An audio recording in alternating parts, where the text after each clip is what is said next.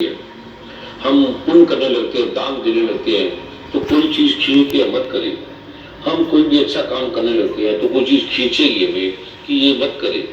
हम बुरा करते हैं, किसी को गाली निकालते हैं, लड़ते हैं, झगड़ते हैं, उस पर कोई ऐसी बात नहीं आती, उसमें कोई निकाल देते हैं, गुस्सा कर देते हैं, क्रोध कर देते हैं, गिरते हैं, क्योंकि जैसे गिरना है वो स्वभाव है। हम कोई चीज फेंकेंगे तो नीचे गिर जाएगी, ये खींचती है।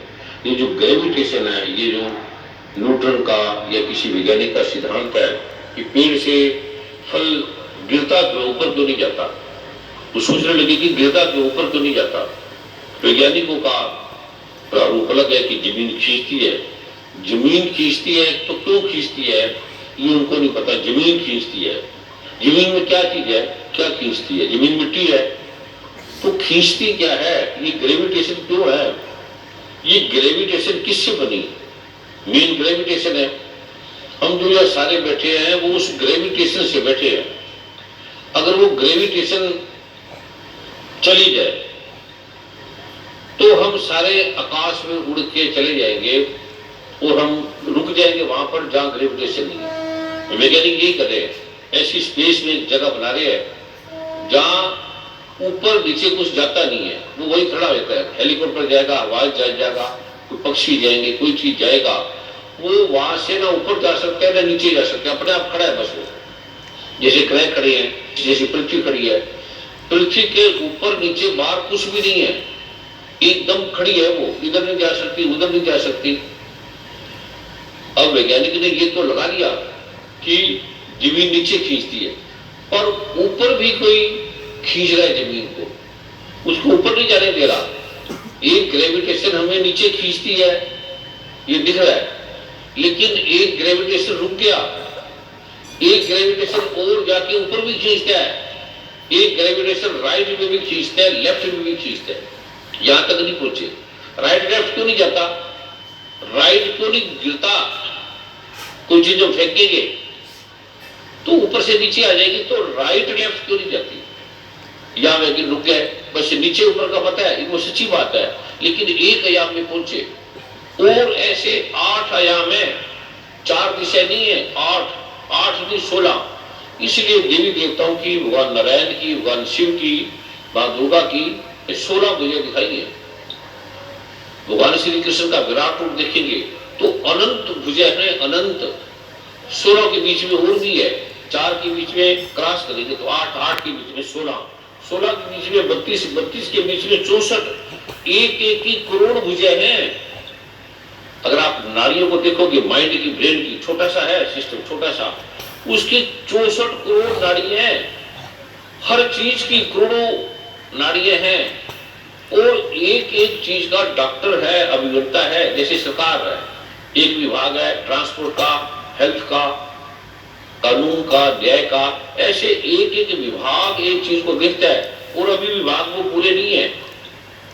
डॉक्टर में भी आप जाएंगे तो पहले ऑर्थोपेडिक सर्जन और रूमेटोलॉजी, ये एक ही डॉक्टर देखता था। जब बड़े बड़े डॉक्टर भी बैठे हैं, जो ऑर्थोपेडिक सर्जन है, ऑर्थोपेडिक जो सर्जन है वो रूमेटोलॉजी को भी वही देखते थे पहले।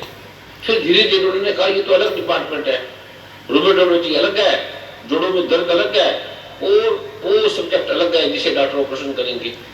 फिर ऐसे ऐसे बनते गए। पहले एक ही डॉक्टर था आयुर्वेद का, वो आंख नाक का आंसर देखता था। अभी अमेरिका में चले जाओगे तो कहेंगे तुम्हारी राइट आंख खराब है या लेफ्ट, उस राइट का अलग डॉक्टर है, लेफ्ट का अलग डॉक्टर है।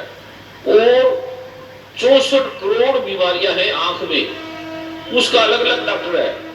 तो ये जो मैं आपको आज देने जा रहा हूँ, ये वाली समस्या का समाधान करेगा, छोटा सा पाठ है। और भगवान शिव कहते हैं, गुरु ग्रंथ साहब कहते हैं, वेद कहते हैं, शास्त्र कहते हैं। एक तो ये अलग अलग नहीं है, गुरु ग्रंथ साहब, वेद, शास्त्र ग्रंथ, उपनिषद, शिव पुराण, नारायण पुराण, रामायण, महाभारत, गीता, ये कोई अलग अलग नहीं है।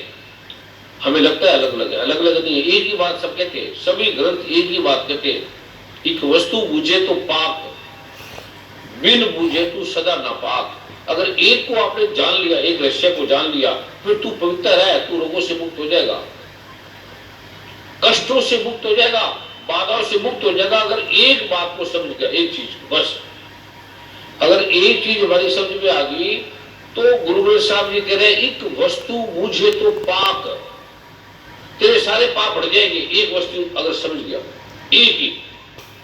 वो कहते हैं परमेश्वर तो भूलिया व्यापन सभे रोग, सारे रोग आपको परमात्मा को भूलने से है। परमेश्वर तो भूलिया व्यापन सभे रोग, सारे एक्सीडेंट हो गया, आंख में दर्द है, कान में दर्द है, मच्छर खा गया, सांप लड़ गया, बुखार हो गया, डेंगू हो गया, परमेश्वर तो भूलिया व्यापन सभे रोग। तो डॉक्टर कहेंगे क्या मतलब, वो कहेंगे ये क्या मतलब, सब सारे रोग परमात्मा को भूलने से है। अगर गुरु ग्रंथ साहब जी फरमा रहे हैं और सदगुरु नानक देव कह रहे हैं कि अगर राष्ट्रपति कह रहे हैं तो ठीक बात कर रहे हैं, गलत क्यों करेंगे, प्रधानमंत्री कह रहे हैं तो ठीक बात कर रहे हैं, मुख्यमंत्री कह रहे हैं तो ऐसे थोड़ी अलग अलग वार्तालाप कर रहे हैं, कुछ समझ के कह रहे हैं। कानून अगर हमारा उपराष्ट्रपति और हमारे चीफ जस्टिस हमारा न्याय कुछ कर रहा है तो बहुत लंबा सोचने के बाद कोई न्याय करता है, बड़ी गहराई में कोई बात करता है, बड़े विचारने के बाद बात करता है। कोई भी कानून की बात है, ये आपके जो स्कूलों में किताब में लिखी जाती है ना बच्चों की पहली दूसरी चौथी की, ये बड़ा बड़ा इसमें विभाग बैठता है फिर जाके लिखी जाती है। कोई भी कानून कोई बनता है तो मुख्यमंत्री को, मंत्री को, प्रधानमंत्री को, राष्ट्रपति को बहुत लंबा सोचना पड़ता है, बड़ी बड़ी मीटिंग बैठती है, फिर किसी कानून किसी न्याय का प्रारूप आता है। तो ये जो बात मैं आज आपको बोलने जा रहा हूं, अगर गुरु ग्रंथ साहब कह रहे हैं तो जगत का अध्याय लौकिक है, भौतिक है, जो शरीर का अध्याय है शरीर का वो भौतिक है, मोटा मोटा है, लेकिन शरीर के अंदर जाओगे नाड़ियों का, शरीर में तो चोट लगी लहर जाएगी। अगर सिर में चोट लगी आपको और नाक से खून आने लगा, सिर में चोट लगी नाक में अगर खून आ गया तो 90% आदमी के मरने के चांस है। हाथ में चोट लगी, हाथ में दर्द हो गया तो डॉक्टर फ्रैक्चर कर देगा, कोई खास चिंता नहीं करेंगे, एक्सरे करेंगे, कैट स्कैन करेंगे, हड्डी नहीं टूटी, कोई खास बात नहीं है।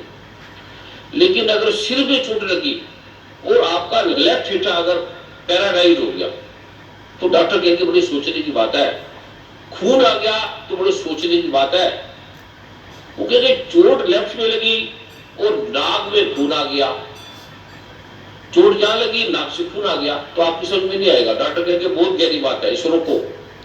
वो फिर एक एक नाड़ियों की स्कैनिंग करेंगे, एक एक नाड़ियों की स्कैनिंग करने के लिए बड़ा, ये छोटी सी है ना, इतनी सी उंगली जितनी, जो स्कैनिंग करने के अमेरिका में 100 डॉक्टर अलग अलग है, एक सुई का अलग डॉक्टर है, अभी यहाँ पर नहीं आए। भारत में अभी इतना विज्ञान नहीं, इतनी मशीनें, इतना हाई सिस्टम अभी नहीं आया, और आगे आगे आएगा। आयुर्वेद में इसके बारे में कहा है, एक एक सब्जेक्ट का एक एक कीटाणु, एक कीटाणु नहीं है, वो कहेंगे 4 लाख है, 4 लाख नहीं है, 64 करोड़ है। मलेरिया है, फंगल है, कोई बीमारी है, कोई दर्द है, कोई वात रोग है, छोटा सा वात रोग, ये भी 64 प्रकार के मोटे मोटे समझ में आ रहे हैं। 18 आएंगे, 18 से 36 आ जाएंगे, फिर 64 तक वो पहुंचेगी नहीं, पर विज्ञान कहता है आगे आगे पहुंचेगा। कभी आप सोचोगे, वैज्ञानिक कहते हैं कि अगर ये खाली जगह एक मुट्ठी कम हो जाए, एक मुट्ठी सिर्फ छोटी हो जाए तो सारी पृथ्वी गेंद बन के उड़ जाएगी, खत्म हो जाएगी। एक सिर्फ एक मुट्ठी एक खाली जगह कम हो जाए, आप बोले क्या मतलब? ये विज्ञान के नेट में डाल के देख लो, जिस वैज्ञानिक ने कहा है उसकी डेथ होगी, उससे वैज्ञानिक बड़े बड़े पूछ रहे हैं, क्योंकि आदमी को तो डेथ होगी लेकिन उसका जो सिस्टम है वो चालू हो रहा है, मरने के बाद वो चलता है, वो रखता है। इसलिए जब आदमी मरता है तो किसी का 3 दिन बाद, किसी का 4 दिन बाद, 7 दिन बाद, तीसरा चौथा हम करते हैं कि ये व्यक्ति अभी मरा नहीं है, इसलिए बेटा उसके सिर को वो तोड़ता है कि वो टूट जाए। वो उसकी जो मेन चीज है, जैसे हवाई जहाज गिर गया तो उसका जो मेन ब्लूप्रिंट है, मेन जो सिस्टम है, जो ब्लैक होल है अंदर, वो सब बताएगा कि ये गिरा क्या हुआ, वो बताएगा। वो अभी पूरा नहीं बता पाया, लेकिन जो आदमी के माइंड का जो ब्रेन का सिस्टम है, उसका जो पिट्यूटरी ग्लैंड है, उससे भी सूक्ष्म ग्लैंड है, वो एक एक का स्कैनिंग करता है, डीएनए करता है, वार्तालाप को सुनता है। वो करोड़ों जन्मों की उसके अंदर मेमोरी है, याद है, रोग है, कष्ट है, बीमारियां हैं, गुरु ग्रंथ साहब इसका प्रमाण है। कई जन्म है कीट पतंगा, कई जन्म गज नील कुरंगा, कहते बहुत जन्म हो गया हमारे, मिल जगदीश मिलन की मरिया, चिरंकारे देश जरिया। ये तेरा जो जिस्म है ये तुझे डॉक्टर वैज्ञानिक बनने के लिए नहीं आया, तू राष्ट्रपति प्राइम मिनिस्टर बनने के लिए नहीं आया, तू अमीर टाटा बिरला बनने के लिए नहीं आया। ये जो जन्म मिला है ये इस जूनी से पार हो जा, बड़ा अद्भुत है। ये बाकी सारा काम 10-15 साल का है। 10-15 साल के बाद आपको भूल जाएंगे, 20 साल के बाद कोई याद नहीं रखेगा। कोई भी काम कर लो 10-15 साल में भूल जाएंगे। गुरु नानक देव के टाइम में किसी आदमी को याद नहीं है, किसी को। गुरु नानक देव के टाइम में सिर्फ 4-5 आदमियों के अलावा किसी को कोई याद नहीं है। राजाओं के नाम भी याद नहीं है, बड़े बड़े वीर राजा थे। गुरु गोविंद सिंह जी महाराज के टाइम में बड़े बड़े राजा हुए, किसी को कोई याद नहीं है। लेकिन गुरु गोविंद सिंह जी क्यों याद है? 10 गुरु क्यों याद है? सतगुरु नानक देव, गुरु अंगद देव, गुरु अमरदास, गुरु रामदास, गुरु हरगोविंद राय, गुरु हरराय, गुरु हरिकृष्ण देव जी महाराज, गुरु तेग बहादुर जी महाराज, गुरु गोविंद सिंह जी महाराज। 11वां क्यों नहीं हुआ? ग्रंथ साहब में क्यों समेट दिया सबको, सब क्यों समा गए? ग्रंथ साहब में क्यों परिवर्तित हो गए, क्यों उसमें लीन हो गए, क्यों वो आप बन गए ग्रंथ साहब, क्यों? इसका क्या विज्ञान है? ये विज्ञान है, श्री गुरु ग्रंथ साहब विज्ञान है और विज्ञान से पार भी है, अकाल भी है और काल भी है, रोगों को हरने वाला भी है और रोग पैदा करने वाला भी है। नहीं समझोगे? गणपति भगवान विघ्न हरता भी है, विघ्न करता भी है, शत्रुओं के लिए विघ्न करता है, शत्रुओं के लिए, और वही प्रेम के लिए, भक्तों के लिए विघ्न हरता है, विघ्न हरता बन जाता है। ये जो बात आपको विज्ञान दे रहा हूं, अगर गहराई से समझेगी तो आपकी समस्या खत्म हो जाएगी। ये प्रारूप है आपके तन के मन की समस्या हटने का है सिर्फ। या इस राहे फना में किसी ने किसका दिया है साथ, यूं ही चलते रहो जब तक चली चले, यहाँ तो रुक जाती है। इस दासवान जगत में किसी ने किसका साथ दिया है या कोई किसी का नहीं है। शरीर भी हमारा नहीं है, हमारी प्रेमिका, हमारी पत्नी, हमारे माता, हमारे पिता, हमारा शरीर हमारा बड़ा साथी है, ये भी हमारा साथ नहीं देता, ये भी चला जाएगा, जल जाएगा। तो कौन हमारा होगा? जिसने सोचा ये मेरा है, ये मेरी माता, मेरी पत्नी, मेरा पति, मेरा प्रेमी, मेरा दोस्त, मेरा कुत्ता, मेरी बिल्ली, मेरी बहन, मेरा भाई, सब जो महामूर्ख है, ये गुरु ग्रंथ साहब कह रहे हैं, वेद कह रहे हैं, शास्त्र कह रहे हैं, ये कृष्ण भगवान कह रहे हैं, ये राम कह रहे हैं, ये भगवान वाल्मीकि कह रहे हैं, ये वेद व्यास कह रहे हैं, ये भगवान रविदास कह रहे हैं, कबीर कह रहे हैं। समझ में नहीं आता, इसलिए दुखी है। जब गुरु ग्रंथ साहब कह रहे हैं कि सर्व रोग का, गुरु ग्रंथ साहब क्या है? वेद है, आप परमात्मा है। जो ग्रंथों में लिखे सार लिख दिया उन्होंने। परमेश्वर तो भूलिया व्यापन सभी रोग, आपकी सारी बीमारी परमात्मा को भूलने से है।